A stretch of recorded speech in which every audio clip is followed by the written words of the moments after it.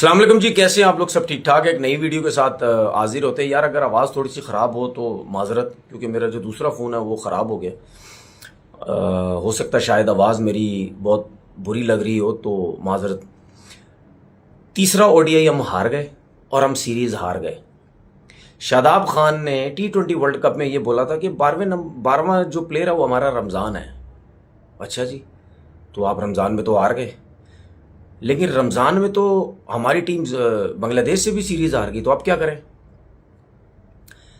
आपने देखा कि मैच में इतनी जान लग रही थी, इतना शोर शराबा हो रहा था, चाहे कमेंट्री बॉक्स हो, चाहे आवाम हो, चाहे प्लेयर्स अंदर जो एफर्ट कर रहे थे। बांग्लादेश की टीम एफर्ट कर रही थी तो समझ भी आ रही थी, क्योंकि एक तो वो 10वें नंबर की टीम चौथे नंबर की रैंकिंग से खेल रही है। उसके बाद उसने ऊपर आना था। जाहिर बात है, क्वालिफाइंग राउंड के मसले चल रहे थे। 10वें से 9वें पे आना था उसने। उनकी एफर्ट, उनका जीतना समझ भी आती, क्योंकि जाहिर सी बात है, एक टीम 10वें नंबर की टीम चौथे नंबर की टीम से कैसे जीत सकती है सीरीज? लेकिन हम उनको जिता रहे हैं, हम हार रहे हैं, वो जीत गई। ये सोचो आप कि चौथे रैंकिंग की टीम, 6 टीम्स का फर्क, और हम ये सीरीज हार गए। हम पहला मैच भी कितने बुरे तरीके से हारे, और तीसरा मैच भी देख ले, कोशिश की, सब कुछ की, फिर भी हम हार गए। मां सदाकत ने लास्ट मैच में 70 कुछ रन की इनिंग खेली, तो हमारे कुछ क्रिकेटर्स ने बोला, ओ जी पता नहीं जबरदस्त टैलेंट, फलाना ये वो। यार आप लोगों ने, मुझे नहीं समझ आती, आप लोगों ने कहां क्रिकेट खेली है? क्रिकेट खेली है 10 साल, 12 साल, 15 साल? वाकई क्रिकेट खेली है या आप लोगों ने मजाक किया हुआ है? किसी यंग टैलेंट के बारे में कोई ठक ठक ठक ठक करके फटाफट कोई टूटे मार देता, यार जी क्या है ये वो। और हमारे जैसी कंट्री का यंग टैलेंट हो, जिसको जरा सा कुछ कह दो उसके जो है वो कॉलर खड़े होते हैं, वो समझता है पता नहीं मैं क्या चीज बन गया हूं, पहले मैच में सब कुछ कर दिया।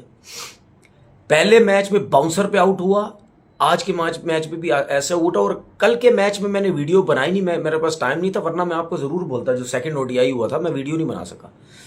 उसमें मां सदाकत ने जो बैटिंग की है, ठीक है, बांग्लादेश के अगेंस्ट है, पहला पहला मैच है, उसको चांस मिला हुआ है, डेब्यू, ठीक है, वो जैसा भी खेलेगा, मैं वो बात नहीं कर रहा।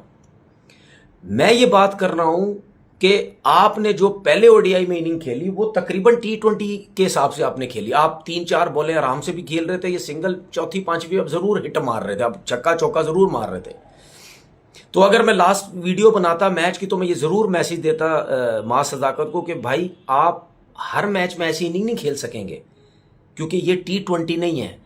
T20 में बाउंसर फिर भी बंदा देख दाग के करता है। यार 20 ओवर है, 120 बोले पीछे करेंगे, छक्के के चांसेस हैं, तो रन्स तो बढ़ते चले जाएंगे, काम हमारा खराब हो जाएगा। वनडे में फिर भी बाउंसर पे आप चांसेस लेते, क्योंकि 50 ओवर की क्रिकेट, एक मारोगे, दो मारोगे, तीन मारोगे, चार पे वो चांस लेंगे आपसे, हर ओवर में चांस लेंगे। दो बाउंसर तो आपको ट्राई करेंगे ना वो, हर सूरत में। तो क्या हुआ, आज भी आप आउट हो गए। साहबजादा फरहान T20 से वनडे में लाए गए, टेक्निक का बहुत फर्क नजर आ रहा है, क्योंकि जाहिर बात है जब आप T20 खेल के आते हैं, ओडीआई आप नहीं खेल रहे होते, तो आपका जो फ्लो है वो T20 के हिसाब से चलता है। आपके पैर, आपका बल्ला, आपका माइंड जो है, ठीक है, आप डोमेस्टिक क्रिकेट के एक्सपीरियंस आप मैनेज कर सकते हैं आगे चल के। मैं ये नहीं कह रहा आपको एक्सपीरियंस है, थोड़ा सा टेक्निक या सीधा खेलने की जरूरत है, जो कि उनको मुश्किल हुई। कितनी टीम में चेंजिंग्स थी? फखर जमान नहीं था, बाबर आजम नहीं था, बाकी तो पूरी वही टीम थी। पहले मैच में पूरी टीम बाउंसर पे एक्सपोज हो गई। दूसरे मैच में सिर्फ मां सदाकत ने जो रन्स किए, या नीचे से आके सलमान ने 66 किए और रिजवान ने आई थिंक 44 किए, तो फर्क पड़ा। लेकिन जो मां सदाकत ने 74 या 5 रन की जो उसने इनिंग खेली है, उससे हमने 274 रन किए, वरना शायद वो ना खेलता तो वो भी हम ना कर पाते। टॉस आज जीता शाहीन, मुझे नहीं समझ आई क्या सोच के उसने पहले फील्डिंग की, क्या सोच के फील्डिंग की, कि ये शाहीन बताना चाह रहा था, या उसके पीछे माइक हैसन साहब की कोई थ्योरी होगी जो कि बिल्कुल बर्बादी की तरफ लेके जा रहा है इस पाकिस्तान क्रिकेट को। आज किसी को खिलाता है, कल किसी को बिठाता है, परसों किसी को बुला लेगा, तरसों किसी को खिला लेगा। कोई इसकी समझ नहीं आ रही क्या करना चाह रहा है। और यही चीज वर्ल्ड कप से पहले करता हुआ आ रहा था, और वर्ल्ड कप में भी इसने यही ड्रामे किए, टीम फारिग हो गई। और इसको अगर 2027 के वर्ल्ड कप तक ले गए, तो उससे पहले भी यही सब कुछ करता रहेगा। हमारी टीम वर्ल्ड कप 2027 में भी फारिग है, जो 10वें रैंकिंग की टीम से इस किस्म की क्रिकेट खेल रही है, जिसको 3-0 से हराना चाहिए, चाहे अपनी कंडीशन है चाहे बाहर की कंडीशन है। तो उसके अगेंस्ट हम 2027 के वर्ल्ड कप में क्या करेंगे? अगर माइक हैसन हुआ तो जरूर बर्बादी फिरेगी हमारी, ठीक है ना? तो सलमान अली आगा ने आज के मैच में जो इनिंग खेली, आपको पता है कि उसी की इनिंग की वजह से यहां तक मैच गया। 85-90 पे हमारे 5 विकेट गिर चुके थे। इसमें एक प्लेयर खिलाया गाजी गौरी, दूसरा प्लेयर खिलाया साद मसूद। गाजी गौरी के बारे में बहुत सी बातें हो रही हैं, यार ये क्या विकेट कीपर है, इसको कैसे लेके गए? साद बेग ने इससे ज्यादा रन किए हुए, रोहेल नज़ीर जो है उसकी परफॉर्मेंस है, उसको क्यों नहीं लेके गए? साद गौरी को, ये गाजी गौरी को क्यों लेके गए? ठीक है, ये बातें हुई। उसके बाद साद मसूद जिसने कोई 35-36 रन 32 रन की इनिंग खेली, 3 फर्स्ट क्लास लिस्ट ए के मैचेस में, ये 4 लिस्ट ए के मैचेस में एक आउट किया हुआ है। कितना? सिर्फ एक। और ये जो आपकी कल प्रेस कॉन्फ्रेंस में सिलेक्शन कमेटी 4 प्लेयरों की बैठी हुई थी, ठीक है, इसीलिए मैं बोलता हूं इन्होंने गुल्ली डंडा खेली हुई है। इन लोगों ने इतनी आसान कर दी है लोगों के लिए क्रिकेट। क्यों नहीं आसान लड़कों को लगेगी? क्यों नहीं लड़के डंडे लगवाएंगे? क्यों नहीं शोर से लगवाएंगे? क्यों नहीं लड़के पीएसएल का वेट करेंगे? क्यों लड़के 4 दिन की क्रिकेट खेलेंगे? क्यों लड़के पीएसएल का इंतजार करके बोलेंगे हम खेलें तो हम पाकिस्तान खेल जाएं? ये साद मसूद वगैरह सब कुछ अभी सारे पाकिस्तान शाहीन की तरफ से गए हुए थे दुबई में, इंग्लैंड के अगेंस्ट इन्होंने क्रिकेट खेली, बेड़ा गर्क हो गया। T20 भी हार रहे, वनडे सब कुछ हार रहे। क्या परफॉर्मेंस थी साद मसूद की? क्या परफॉर्मेंस थी उसकी? जब इस किस्म की सिलेक्शन होती है तो 100% मेरे जैसा बंदा या अवाम के दिमाग में ये होगा कि जरूर किसी पॉलिटिशियन ने डंडा लगवाया, जरूर किसी पर्ची पे आया है, या सिलेक्शन कमेटी में कोई ना कोई इसको सपोर्ट कर रहा है जिसकी वजह से आया। अगर आप ये कहते हैं कि जी शादाब की रिप्लेसमेंट पे आया, वो नहीं है, तो वो शादाब भी लेग स्पिन करता है, बैटिंग भी करता है, तो भाई शादाब कौन सा कोई इतना बड़ा प्लेयर है यार? अगर आप उसकी रिप्लेसमेंट पे लाएं तो वो कौन सा इतना बड़ा प्लेयर है? उसने कौन से बड़े कोई तीर मार दिए? उसने कौन सी बड़ी कोई परफॉर्मेंसेस दे दी हैं? तो अगर आप लेके भी आए हैं साद मसूद को, तो भाई किसी बैट्समैन को डाल लो, किसी स्पिनर को डाल लो। सुफियान मुकीम का क्या कसूर है? आप उसको डालो ना। वो तो इस लेवल का क्रिकेटर ही नहीं है, आगे चल के प्रूव कर सकता है वो, मुझे नहीं पता। मैं फिलहाल अभी की बात कर रहा हूं, अभी तो उसकी परफॉर्मेंस या क्रिकेट ही कोई नहीं है। आपने उसको मजे से आपने उसको वनडे कैप दिला दी। क्या स्ट्रगल की है उसने? ये जितने भी सिलेक्शन कमेटी के 4 बंदे बैठे हुए थे, इनसे मेरा ये सवाल है कि आप लोग क्या इसी तरह ही मजे से आपको टेस्ट कैपें मिली थी या वनडे की कैपें मिली थी आपको? जिस तरह आप चारों बैठ के इनको कैपें दे रहे हो, गाजी गौरी हो गया या साद मसूद हो गया, इनको कैपें उठा उठा के आप दे रहे हैं। समद वमद क्या प्लेयर है यार ये? मुझे तो समझ नहीं आती इनकी अचीवमेंट क्या है डोमेस्टिक क्रिकेट में। हमारे जो इतने अरसे से क्रिकेट खेल रहे हैं, वो फ़हीम अशरफ कोई पता नहीं 2017-18 से खेल रहा है, उसकी कोई अचीवमेंट नहीं है।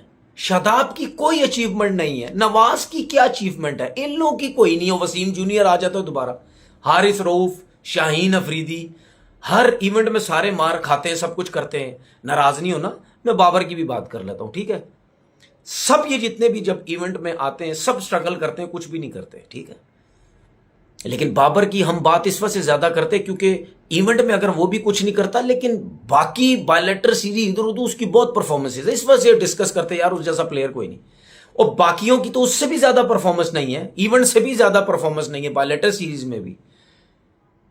आपके पास बाबर आजम के बाद, रिजवान के बाद सलमान आगा ऐसा प्लेयर आया आपके पास जो वाकई ही प्रॉपर क्रिकेट खेलता है और रन्स करता है, चाहे टेस्ट क्रिकेट चाहे वनडे हो, जो कि आज उसने 100 करके आपको बताया अभी कि किस तरह तमीज से, तरीके से, सेंसिबल होकर बैटिंग की जाती है। वो अलग ही, अब आपकी जितनी भी टीम थी उसमें सबसे ज्यादा अलग ही नजर आ रहा था वो, क्योंकि उसके पास एक्सपीरियंस था।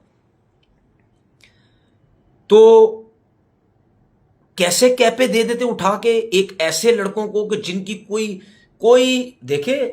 डोमेस्टिक क्रिकेट से जब कोई प्लेयर आता था ना, हमारे टाइम में भी, हमसे पहले भी, उसकी एक रेपुटेशन होती थी, वो रेपो लेके आता था अपनी इंटरनेशनल क्रिकेट में, ठीक है। और जब वो पाकिस्तान टीम में अंदर आता था ना, तो जो पाकिस्तान टीम के सीनियर प्लेयर भी होते थे ना, वो भी थोड़ा सा बैकफुट पे जाते थे कि यार ये एक परफॉर्मर आया है।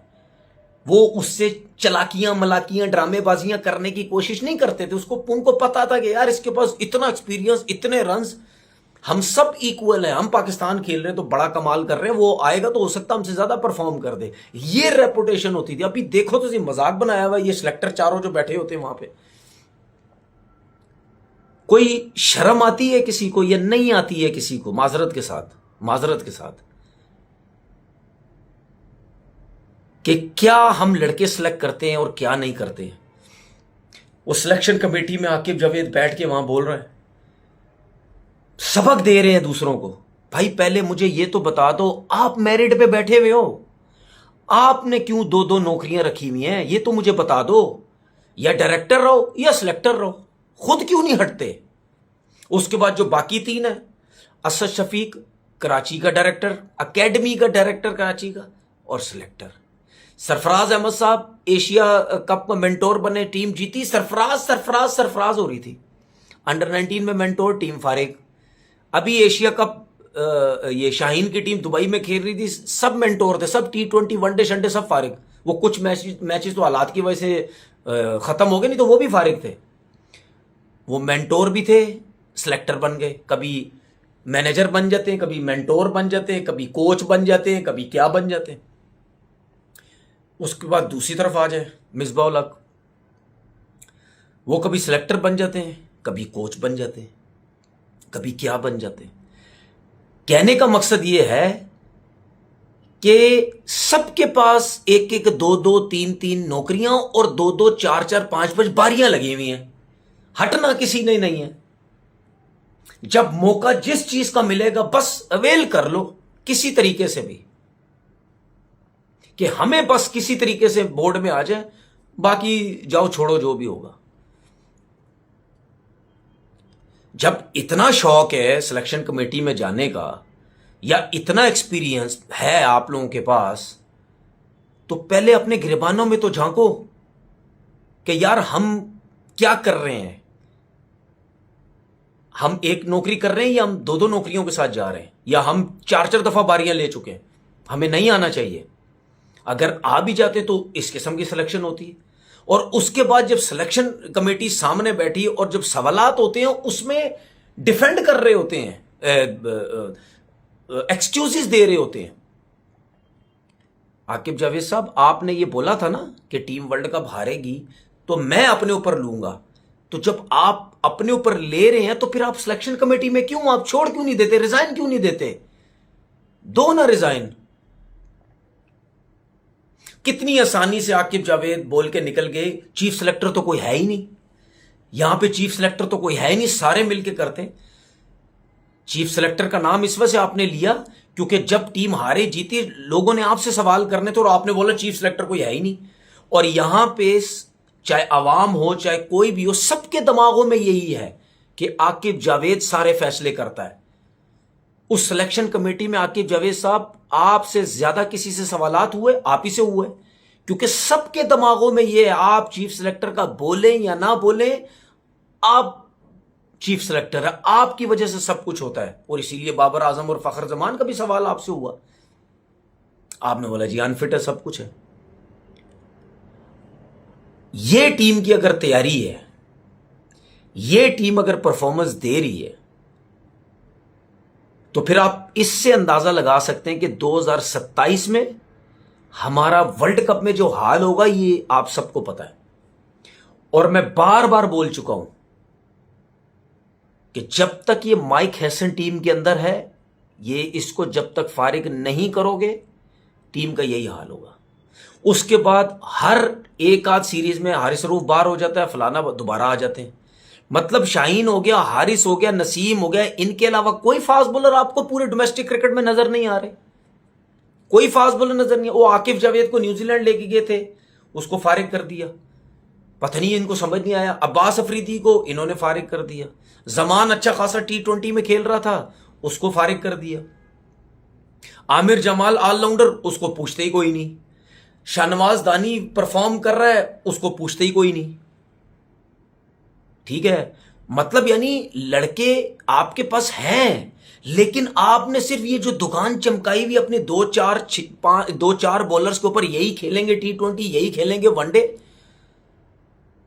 ठीक है, अब तो एक बंदा मेरे ख्याल में और भी सिलेक्शन कमेटी, हाँ एक आध और भी सिलेक्शन कमेटी में, जिसके आने के बाद मुझे ऐसा लगता है शायद उसी के डिपार्टमेंट की क्रिकेट के प्लेयर ही ना आ जाए कहीं। मुझे तो अब ये भी लग रहा है, क्योंकि जब सब जिसने किसी ना किसी से ताल्लुक रखते हैं फ्रेंचाइजीज से, वो जो नजर आ रहा है हमें कि दो फ्रेंचाइजीज के प्लेयर टीम में नजर आते हैं, तो एक डिपार्टमेंट का सिलेक्टर आ गया, वो भी हो सकता आ जाए, उसके प्लेयर भी आने लग जाए, तो फिर बाकी कहां जाएंगे प्लेयर। इमामुल हक को आपने टीम से बाहर किया हुआ, टॉप क्लास की परफॉर्मेंस, वो शहजाद लड़का है शाहजेब, उसको आपने नहीं लिया हुआ। मतलब परफॉर्मर्स आपने टीम से बाहर किए हैं डोमेस्टिक क्रिकेट के।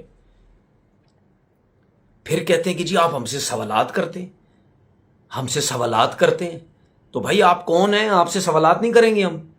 आप लोग तो टीम सेलेक्ट करते हैं, आप ही लोगों की तो टीम का बेड़ा गर्क हुआ है, तो उसके बाद तो सवालात होते हैं। तो जब तक ये लोग अपने आप को डिफेंड करते रहेंगे, एक्सक्यूजेस देते रहेंगे भाई, तो फिर टीम का यही हाल होना है। ठीक है ना। आकिब जावेद साहब कहते हैं इधर एक को बाहर करो, दुनिया शुरू कर चीखने लग जाती सोशल मीडिया। और भाई आप करते ही सही नहीं है ना। अगर किसी को बाहर करते हैं उसको सही नहीं करते हो, किसी को लाते हैं तो वो साद मसूद जैसा ले आते हैं, गाजी गरीब जैसा ले आते हैं, जिनकी कोई परफॉर्मेंसेज नहीं है, अब्दुल समेद को ले आते हैं जिनका कोई है ही नहीं डोमेस्टिक क्रिकेट में, कोई लेवल ही नहीं है परफॉर्मेंस का। आगे चल के होता है, मैंने पहले बोला मुझे नहीं पता। तो भाई आपसे सवालात होने हैं। ठीक है, ये भी सारा मलबा ना प्लेयरों के ऊपर डाल देना। और आखिरी चीज जाते जाते, जब सलमान अली आगा आउट हुआ, क्या हम उस टाइम मैच जीत सकते थे या नहीं जीत सकते थे? मुश्किल था लेकिन जीत सकते थे। अगर वो शॉट नहीं भी खेलता लेकिन फिर भी जीत सकते थे। लेकिन उसके बावजूद भी बोलूंगा एक्स्ट्राऑर्डिनरी बैटिंग की। लेकिन अगर इसकी जगह बाबर आजम होता तो एजेंडा ने क्या हाल करना था उसका। बच्चों के खिलाफ मैच मरवा दिया, 100 करके अपने चला गया। ठीक है, अपने 100 हो गए, काम पूरा, टीम में जगह पक्की, बस आगे सीरीज खेलेगा। जो दिल में बुग़्ज़ रखते हैं, जो एजेंडा हेटर्स लोग हैं, उन्होंने तो खुली दुकानें चमकानी थी अपनी। लेकिन अब सलमान अली आगा के बारे में अपने यूट्यूब चैनल पे, टीवी पे, ट्वीटों पे ये पता क्या बोलेंगे, वो अकेला क्या करता, उसके साथ उसका तो किसी ने साथ ही नहीं दिया। लेकिन बाबर आजम के लिए ये वर्ड कभी भी यूज नहीं करते, क्योंकि वो प्योर उसको हेट करते हैं, सही में उसको हेट करते हैं। इसीलिए उसकी अच्छी चीजों के भी ये सारे अगेंस्ट जाते हैं। अपना बहुत बहुत ख्याल रखिएगा। अल्लाह हाफिज।